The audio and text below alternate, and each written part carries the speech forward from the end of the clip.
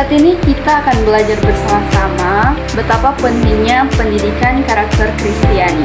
Namun sebelum lebih jauh ke dalam mengenai hal-hal apa saja yang ada dalam pendidikan karakter Kristiani, kita perlu mengetahui apa sih itu karakter. Karakter adalah watak, kebiasaan, atau tabiat yang terbentuk dari adanya pengalaman-pengalaman atau pembiasaan-pembiasaan. Menurut Kamus Besar Bahasa Indonesia, karakter adalah sifat-sifat kejiwaan berupa akhlak dan budi pekerti yang membedakan kita satu dengan yang lainnya. Karakter adalah apa yang kita tunjukkan, pancaran dari batin kita, perilaku kita yang kita lakukan secara berkesinambungan di segala situasi. Bagaimana dengan karakter Kristiani? Karakter Kristiani adalah di mana segala perilaku kita, segala tutur kata, sikap, dan cara hidup kita sesuai dengan ajaran Kristus. Perlu kita ketahui bersama bahwa karakter tidak terbentuk dengan sendirinya, melainkan ada faktor-faktor yang mempengaruhi. Berikut ini beberapa faktor yang mempengaruhi pembentukan karakter. Yang pertama ada faktor pribadi. Nah, faktor pribadi ini meliputi bagaimana cara kita memutuskan akan seperti apa karakter hidup kita. Baik orang-orang yang ada di sekitar kita ataupun kebiasaan-kebiasaan yang mempengaruhi cara hidup kita. Yang paling penting adalah bagaimana diri kita sendiri akan mengikuti apakah kita akan menjadi pribadi yang berkarakter baik atau yang berkarakter negatif. Yang kedua, faktor lingkungan. Hal ini berkaitan dengan tempat di mana kita tinggal, keluarga atau orang-orang yang ada di sekitar kita, dan bagaimana interaksi kita dengan sesama. Hal ini tentunya akan berpengaruh terhadap karakter kita, akan bagaimana hal-hal yang kita lihat di sekeliling kita nantinya akan kita ikuti, dan itu menjadi kebiasaan dan dapat membentuk sebuah karakter. Yang ketiga ada krisis kehidupan, di mana pergumulan dan tantangan yang dialami seseorang akan berdampak pada karakternya, karena setiap peristiwa itu akan membentuk sebuah pengalaman atau pembelajaran baru yang akan berdampak pada perilaku atau cara hidup seseorang. Yang keempat, faktor waktu, di mana setiap waktu yang terus berjalan akan memberi kesadaran kepada setiap orang atau kepada seorang individu untuk semakin memperbaiki diri atau menjadikan dirinya lebih baik lagi. Yang kelima ada intervensi iblis. Di dalam Alkitab, seorang Tuhan Yesus saja dicobai oleh iblis, apalagi kita sebagai manusia. Intervensi iblis itu selalu ada, apalagi ketika kita hendak memperbaiki diri, ketika kita hendak memperbaiki cara hidup kita menjadi lebih baik, menuju pribadi yang lebih berkenan kepada Tuhan. Keenam, faktor kedagingan. Kedagingan adalah nature manusia, seperti istilah yang mengatakan manusia hanyalah daging, dan dalam firman mengatakan roh memang penurut tetapi daging lemah. Oleh karena itulah, dalam usaha kita menjadikan diri kita mempunyai karakter yang lebih baik, itu selalu ada kegagalan-kegagalan. Yang terakhir, pemeliharaan Tuhan. Perlu kita sadari bahwa dalam usaha kita membentuk dan menjadikan karakter kita lebih baik lagi, itu tidak lepas dari pemeliharaan Tuhan.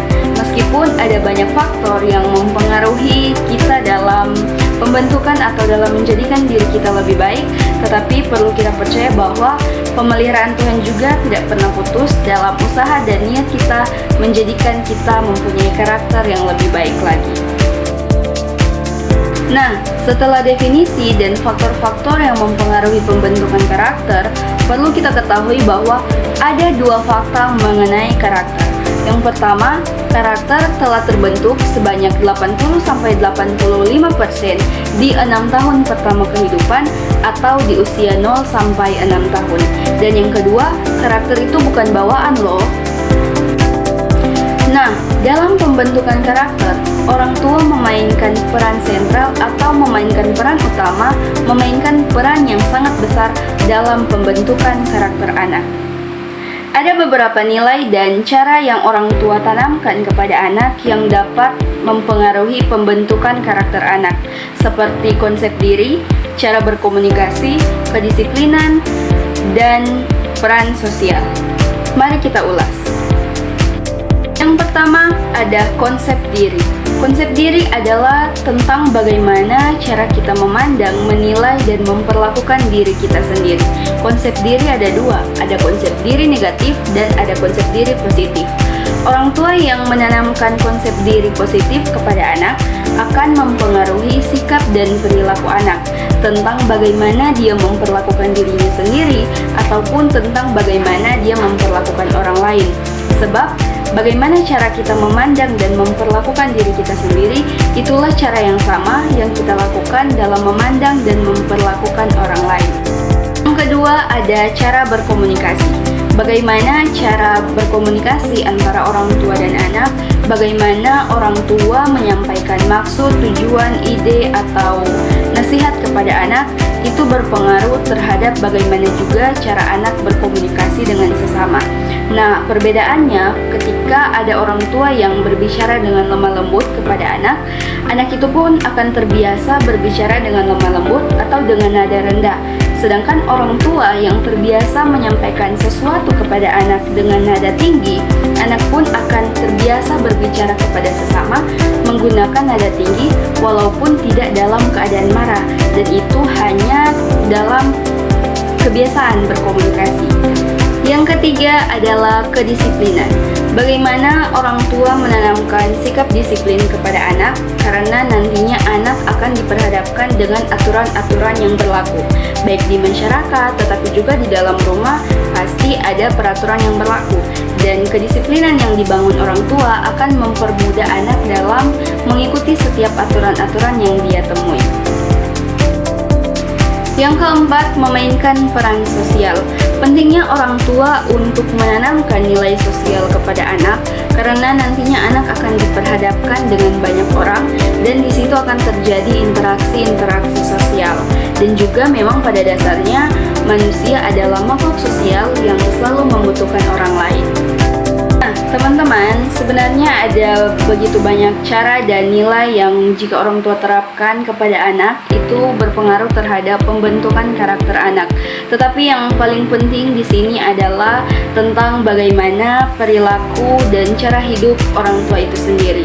Sebab anak adalah peniru yang aktif, anak akan lebih cenderung melakukan apa yang dia lihat kepada orang tuanya dibandingkan yang dia lakukan apa yang orang tua katakan kepadanya.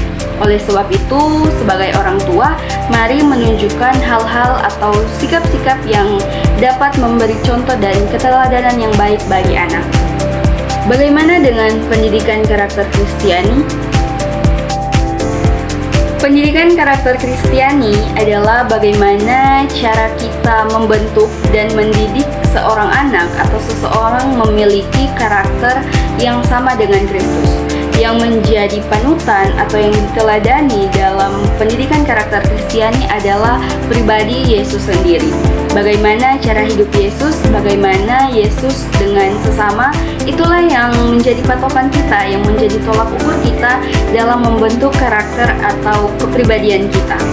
Memang tidak mudah untuk menjadi sama dengan Kristus, untuk mengikuti keteladanan dan karakter Kristus. Tetapi mari kita terus berusaha, kita terus berdoa dan meminta untuk Tuhan mengubahkan hati dan pikiran kehidupan kita untuk boleh menjadi pribadi yang semakin hidup berkenan kepadanya, menjadi pribadi yang punya karakter sama dengan Kristus. Seperti ada slogan yang mengatakan, adab lebih penting daripada ilmu. Begitu juga karakter lebih penting daripada pengetahuan. Mengapa? Karena dimanapun kita pergi dan berada, apapun yang kita lakukan dan kita akan bertemu dengan siapa saja, hal utama yang akan kita tunjukkan adalah cara hidup kita, adalah karakter kita, adalah kebiasaan-kebiasaan kita, dan bagaimana kita memperlakukan orang lain atau bagaimana kita berinteraksi dengan sesama.